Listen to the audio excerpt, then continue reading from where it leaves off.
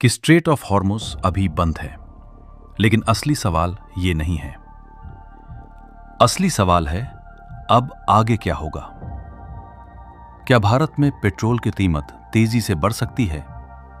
क्या दुनिया एक नए एनर्जी क्राइसिस की तरफ बढ़ रही है?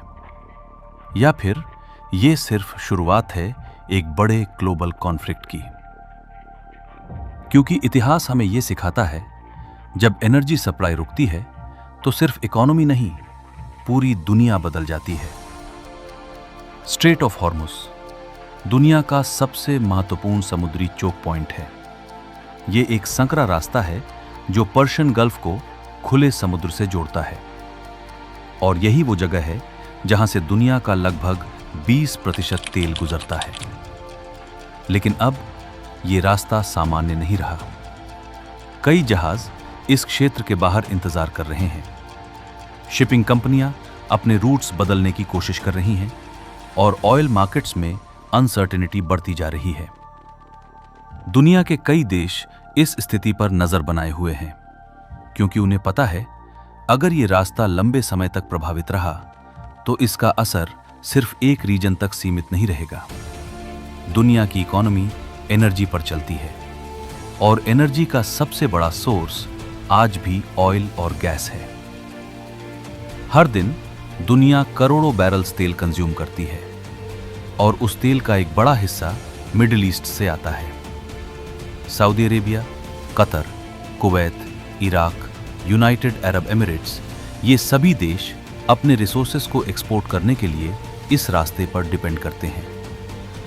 इसका मतलब, अगर ये रास्ता रुकता है तो सप्लाई चेन टूट जाती है, और जब सप्लाई कम होती है तो कीमतें बढ़ती हैं। अब समझते हैं सबसे पहला असर क्या होता है जब ऑयल सप्लाई में डिस्टरबेंस आता है। तो सबसे पहले रिएक्शन आता है मार्केट्स में। ऑयल प्राइसेस बढ़ने लगते हैं, इन्वेस्टर्स पैनिक करने लगते हैं, और धीरे धीरे ये असर पूरी इकोनॉमी में फैलने लगता है। ट्रांसपोर्टेशन महंगा हो जाता है, मैन्युफैक्चरिंग कॉस्ट बढ़ जाती है, इलेक्ट्रिसिटी प्रोडक्शन महंगा हो जाता है, और अंत में हर आम आदमी को इसका असर महसूस होता है। अब बात करते हैं भारत की। भारत दुनिया की सबसे तेजी से बढ़ती इकोनॉमीज में से एक है, लेकिन एनर्जी के मामले में भारत अभी भी इंपोर्ट पर डिपेंड करता है। भारत अपनी जरूरत का लगभग 85% क्रूड ऑयल दूसरे देशों से खरीदता है, और उस इंपोर्ट का बड़ा हिस्सा मिडिल ईस्ट से आता है। यानी स्ट्रेट ऑफ हॉर्मुज भारत के लिए एक लाइफलाइन है।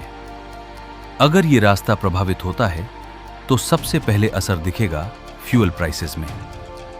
पेट्रोल महंगा होगा, डीजल महंगा होगा, गैस सिलेंडर की कीमत बढ़ सकती है, ट्रांसपोर्ट कॉस्ट बढ़ेगी, और धीरे धीरे हर चीज महंगी होने लगेगी।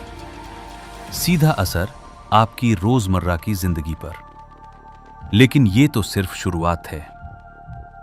अब बात करते हैं आगे क्या हो सकता है। अगर ये रास्ता जल्दी खुल जाता है तो सिचुएशन कंट्रोल में आ सकती है। प्राइसेस थोड़ी बढ़ेंगी, लेकिन धीरे धीरे स्टेबलाइज हो जाएंगी। लेकिन अगर ये रास्ता लंबे समय तक प्रभावित रहता है तो सिचुएशन ज्यादा गंभीर हो सकती है। ऑयल सप्लाई लगातार कम होगी, प्राइसेस तेजी से बढ़ेंगी, कंट्रीज पैनिक बाइंग शुरू कर सकती हैं, स्टॉक मार्केट्स गिर सकते हैं, इकोनॉमिक ग्रोथ धीमी हो सकती है, और कुछ जगहों पर फ्यूल शॉर्टेज भी हो सकती है। अब सबसे खतरनाक पॉसिबिलिटी, अगर ये सिचुएशन और एस्केलेट होती है तो ये एक बड़े कॉन्फ्लिक्ट में बदल सकती है। इस रीजन में पहले से ही टेंशन मौजूद है। एक तरफ ईरान है, और दूसरी तरफ यूनाइटेड स्टेट्स और उसके एलाइज। अगर मिलिट्री एक्शन शुरू होता है तो इसका असर पूरी दुनिया पर पड़ेगा। शिपिंग रूट्स डिसरप्ट हो सकते हैं, इंश्योरेंस कॉस्ट बढ़ सकती है, ग्लोबल ट्रेड स्लो हो सकता है। अब एक और सवाल, क्या इसका कोई दूसरा रास्ता है? कुछ पाइपलाइंस मौजूद हैं, लेकिन उनकी कैपेसिटी लिमिटेड है। वे टोटल सप्लाई का छोटा हिस्सा ही संभाल सकती हैं। इसका मतलब आज भी दुनिया इस एक रास्ते पर डिपेंड करती है। अब समझिए, स्ट्रेट ऑफ हॉर्मुज सिर्फ 30 किलोमीटर का रास्ता नहीं है। ये ग्लोबल इकोनॉमी का एक क्रिटिकल कंट्रोल पॉइंट है, जहां से एनर्जी फ्लो होती है और जिस पर कई देशों की स्टेबिलिटी निर्भर करती है।